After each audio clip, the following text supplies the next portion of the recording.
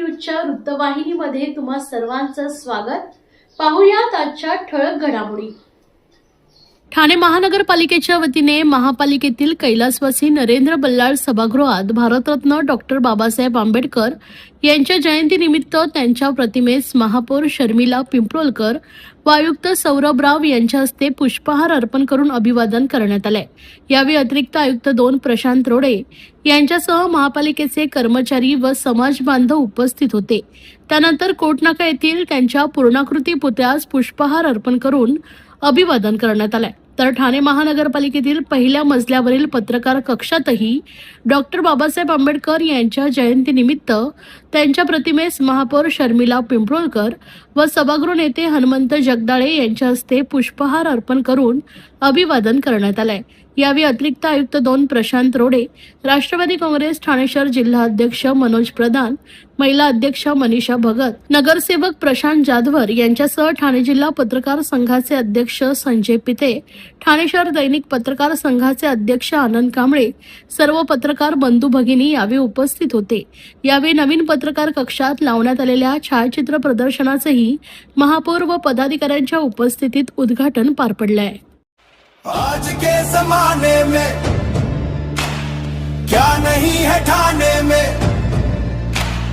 देखा नहीं होगा शहर ऐसा जमाने में, शब्द कम पड़ जाएंगे खूबियां गिनाने में। चलो ठाणे ठाणे चलो ठाणे ठाणे चलो ठाणे चलो ठाणे। आज के जमाने में क्या नहीं है ठाणे में, नजरें घुमाओ खुशियां लुटाओ, बताओ बताओ चलो ठाणे चलो ठाणे चलो ठाणे चलो। ठाण्यातील आनंद नगर कोपरी परिसरातील डॉक्टर बाबासाहेब आंबेडकर चौकाचे नूतनीकरण पूर्ण झाल्यानंतर डॉक्टर बाबासाहेब आंबेडकर यांच्या जयंतीनिमित्त भव्य मिरवणुकीच्या पार्श्वभूमीवर या चौकाचे उद्घाटन खासदार नरेश म्हस्के यांच्या शुभ हस्ते उत्साहात पार पडले। यावेळी हजारो भीमसैनिक आणि शिवसैनिक मोठ्या संख्येने उपस्थित होते। नरेश म्हस्के हे नगरसेवक असताना या चौकाला डॉक्टर बाबासाहेब आंबेडकर चौक असं नाव देण्यात आले होते। त्यावेळी शिवशक्ती आणि भीमशक्तीचे प्रतीक म्हणून येथे भव्य शिल्प उभारण्यात आले होते। आता नव्याने या चौकाचे नूतनीकरण करण्यात आले असून त्यामध्ये अधिक आकर्षक आणि ऐतिहासिक संदर्भ असलेले शिल्प साकारण्यात आले। या नव्या शिल्पामध्ये महाड येथील चौदार तळे सत्याग्रहाचा ऐतिहासिक संघर्ष आणि छत्रपती शिवाजी महाराज यांच्या पराक्रमी आरमाराचे प्रभावी दर्शन घडवण्यात आले। सामाजिक समता, स्वाभिमान आणि स्वराज्य यांचा संदेश देणाऱ्या या 2 महान शक्तींचा संगम या शिल्पातून प्रकर्षाने जाणवतोय। त्यामुळे हे शिल्प परिसरातील नागरिकांसाठी प्रेरणास्थान ठरणार असल्याची भावना व्यक्त करण्यात येते। हे भव्य शिल्प आशुतोष नरेश म्हस्के यांच्या संकल्पनेतूनच साकारले असून त्यांच्या सातत्यपूर्ण पाठपुराव्यामुळे या प्रकल्पाला मूर्त स्वरूप प्राप्त झालंय। तसेच खासदार नरेश म्हस्के यांच्या निधीतून या शिल्पाची उभारणी करण्यात आली। या उद्घाटन सोहळ्यावेळी आमदार जितेंद्र आव्हाड, स्थानिक नगरसेवक विकास रेपाळे, नगरसेविका नम्रता भोसले जाधव, सामाजिक कार्यकर्ते मिलिंद बनकर, ठाणे वैभवचे उपसंपादक आनंद कांबळे, शिवसेनेचे विभाग प्रमुख रमण बटवले, सुधील कदम, संजय बचाव, किरण गायकवाड यांच्यासह शिवसेनेचे पदाधिकारी आणि कार्यकर्ते मोठ्या संख्येने उपस्थित होते। या कार्यक्रमामुळे आनंदनगर कोपरी परिसरात उत्साहाचं वातावरण निर्माण झालं असून सामाजिक ऐक्य आणि ऐतिहासिक वारशाचे जतन करण्याचा संदेश या उपक्रमातून देण्यात आला आहे। डॉक्टर बाबासाहेब आंबेडकर चौक या चौकाला आपण नामकरण केलेलं आहे आणि शिवशक्ती आणि भीमशक्ती एकीचं एक प्रतीक म्हणून बाबासाहेबांचा चौदार तळ्याचा सत्याग्रह आणि छत्रपती शिवाजी महाराजांचा आरमार याचा संयुक्तरित्या या ठिकाणी आम्ही शिल्प उभारलेलं आहे आणि सगळ्यांना शिवशक्ती आणि भीमशक्ती एकत्रित करण्याचा मंत्र या शिल्पाच्या द्वारे या आनंदनगरला आम्ही दिलेला आहे। डॉक्टर बाबासाहेब आंबेडकरांची जयंती आहे, भव्य मिरवणूक निघालेली आहे, काय अनुयायांना शुभेच्छा द्या? मी डॉक्टर बाबासाहेब आंबेडकरांनी भारतरत्न शिका, संघटित व्हा आणि संघर्ष करा हा जो जगाला नारा दिला, आपल्या मुलांना, आपल्या पाल्यांना आपण शिकवलं पाहिजे आणि समाजामध्ये उभं राहण्याकरता मजबूतपणे सिद्ध करायला पाहिजे। मी हाच संदेश आमच्या भागातील लोकांना देईल. माझा जन्म या ठिकाणी झालेला आहे, समोर माझं घर आहे, ही माझी सर्व लोक आहेत, त्यांच्यामध्ये माझं बालपण गेलेलं आहे आणि कायम 14 एप्रिलला मी या ठिकाणी जयंतीला या ठिकाणी उपस्थित असतो. ही माझी जनता आहे, यांच्यामध्ये लहानाचा मोठा झालोय. हा नरेश मस्के कितीही मोठा झाला तरी कायम तुमच्या सोबत असणार आहे, तुमच्या बरोबर राहणार आहे. हा एक संदेश मी आमच्या लोकांना देणार आहे.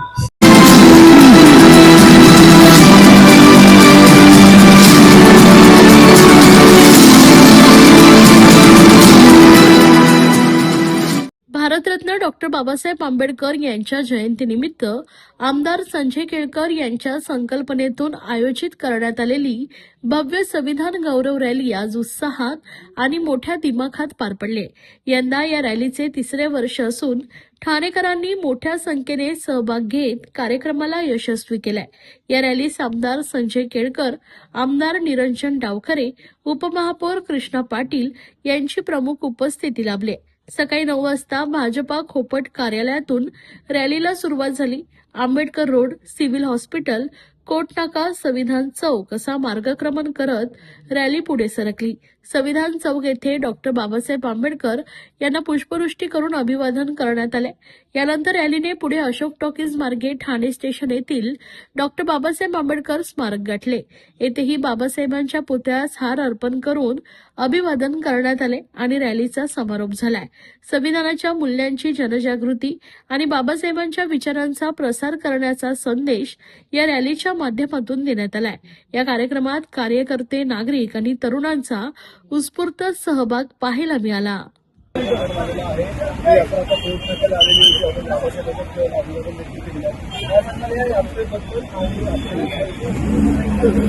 दरवर्षीप्रमाणे डॉक्टर बाबासाहेब आंबेडकरांच्या जयंतीच्या निमित्ताने संविधान गौरव रॅली आम्ही काढतो. त्यांनी जी देशाला प्रकारे घटनेची शिल्पकार असे महामानव डॉक्टर बाबासाहेब आंबेडकर यांना हे एक प्रकारचं अभिवादन आहे, त्यांचं स्मरण आहे आणि त्यांच्याप्रती कृतज्ञता व्यक्त करण्याचा हा दिवस आहे असं मला वाटतं. आणि त्यामुळे ज्यांनी आपल्याला या देशाला एवढी आदर्श शिक्षा दिली, की जगातली सर्वोत्तम अशा प्रकारचं संविधान दिलं, की ज्या संविधानाने या देशातल्या प्रत्येक माणसाला ताकद दिली, त्याला जगण्याचा हक्क दिला, त्याला न्याय मिळवण्याचा हक्क दिला आणि त्याच्यामुळे एवढं मोठं काम डॉक्टर बाबासाहेबांनी या देशाकरता केलं. आणि त्यामुळे या शहरामध्ये आम्ही दरवर्षी अशा प्रकारची संविधान गौरव रॅली काढतो आणि त्या निमित्ताने देखील आमच्या या सगळ्या नागरिकांच्या तर्फे त्यांना अभिवादन करून त्यांच्याबद्दल कृतज्ञता व्यक्त करतो.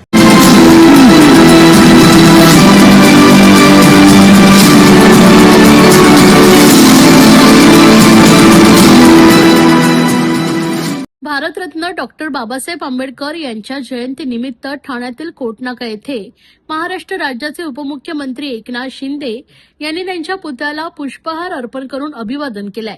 या कार्यक्रमाला ठाण्याच्या महापौर शर्मिला पिंपळकर, खासदार नरेश मस्के, सभागृह नेते हनुमंत जगदाळे, गटनेते पवन कदम, नगरसेवक राजेश मोरे, योगेश जानकर, सुधीर कोकाटे, नगरसेविका दर्शना जानकर, मिनल संखे तसेच आदी स्थानिक लोकप्रतिनिधी, पदाधिकारी व नागरिक मोठ्या संख्येने उपस्थित होते.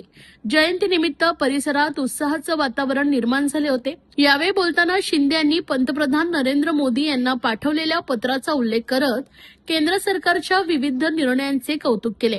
शिंदे म्हणाले, शिवसेनेकडून नारी शक्ती वंदन अधिनियमाला पूर्ण पाठिंबा देण्यात आला असून महिलांच्या सक्षमीकरणासाठी केंद्राने घेतलेले निर्णय महत्वपूर्ण ठरतायत. पंतप्रधान मोदी यांनी महिलांविषयी घेतलेल्या ऐतिहासिक निर्णयांचे त्यांनी विशेष उल्लेख करत अभिनंदन केलंय. महाराष्ट्रातील जनतेच्या वतीने पंतप्रधानच देशाचे लाडके भाऊ असा उल्लेख शिंदे यांनी त्यांच्या नेतृत्वाची प्रशंसा केली.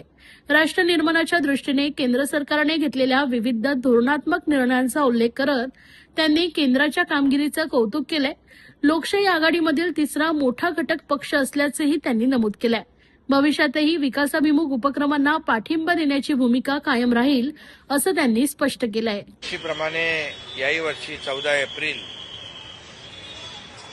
भारतरत्न डॉक्टर बाबासाहेब आंबेडकर यांचा जयंती उत्सव संपूर्ण महाराष्ट्रात नाही तर देशभरामध्ये मोठ्या उत्साहामध्ये आपण साजरा करतो.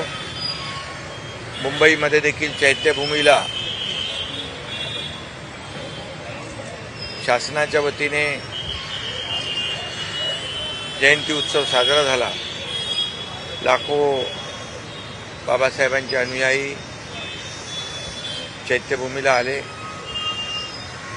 आणि संपूर्ण महाराष्ट्रामध्ये आज पाहिलं नागपूरला दीक्षाभूमीला असेल, सगळीकडेच अगदी आता आपण ठाण्यामध्ये अनेक ठिकाणी हा जयंती उत्सव साजरा करतो. मी भारतरत्न डॉक्टर बाबासाहेब आंबेडकर यांना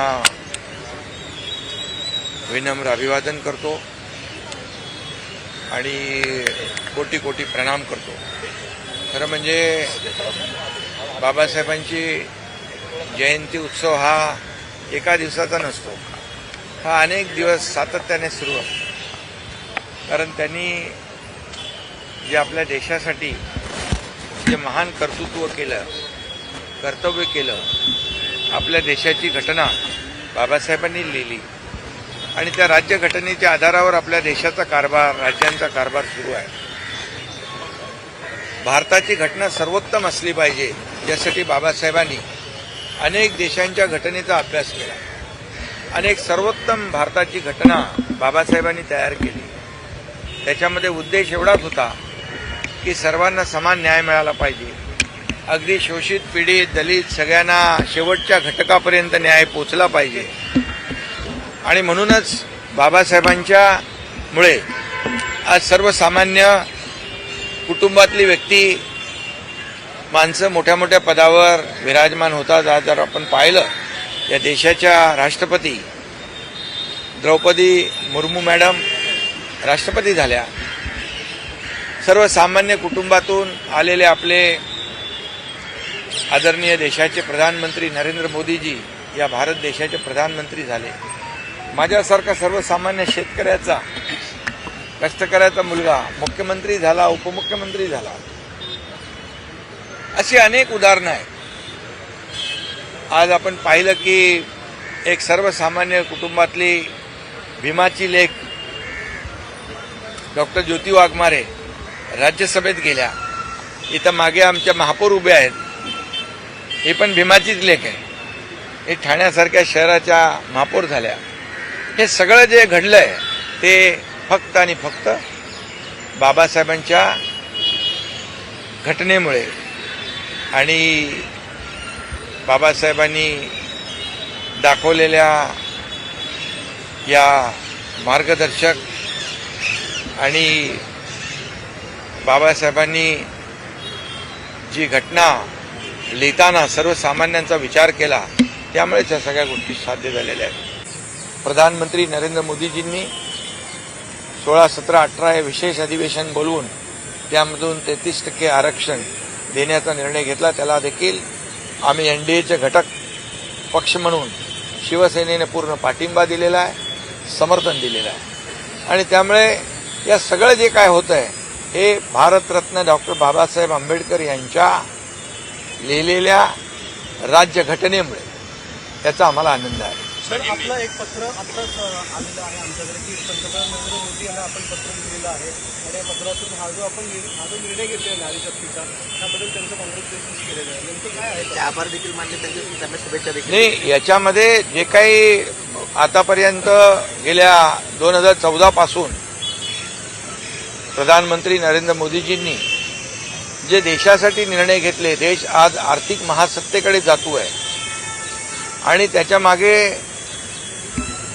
जे काही प्रयत्न आहेत त्या प्रयत्नांमध्ये महिलांचं सक्षमीकरण, महिलांचा आत्मसन्मान, आत्मनिर्भर, जनधन योजना असेल, बेटी बचाव बेटी पढाव असेल, महिलांसाठी लखपती दिदी असेल, ड्रोन दिदी असेल, अशा अनेक योजना महिलांसाठी आहेत.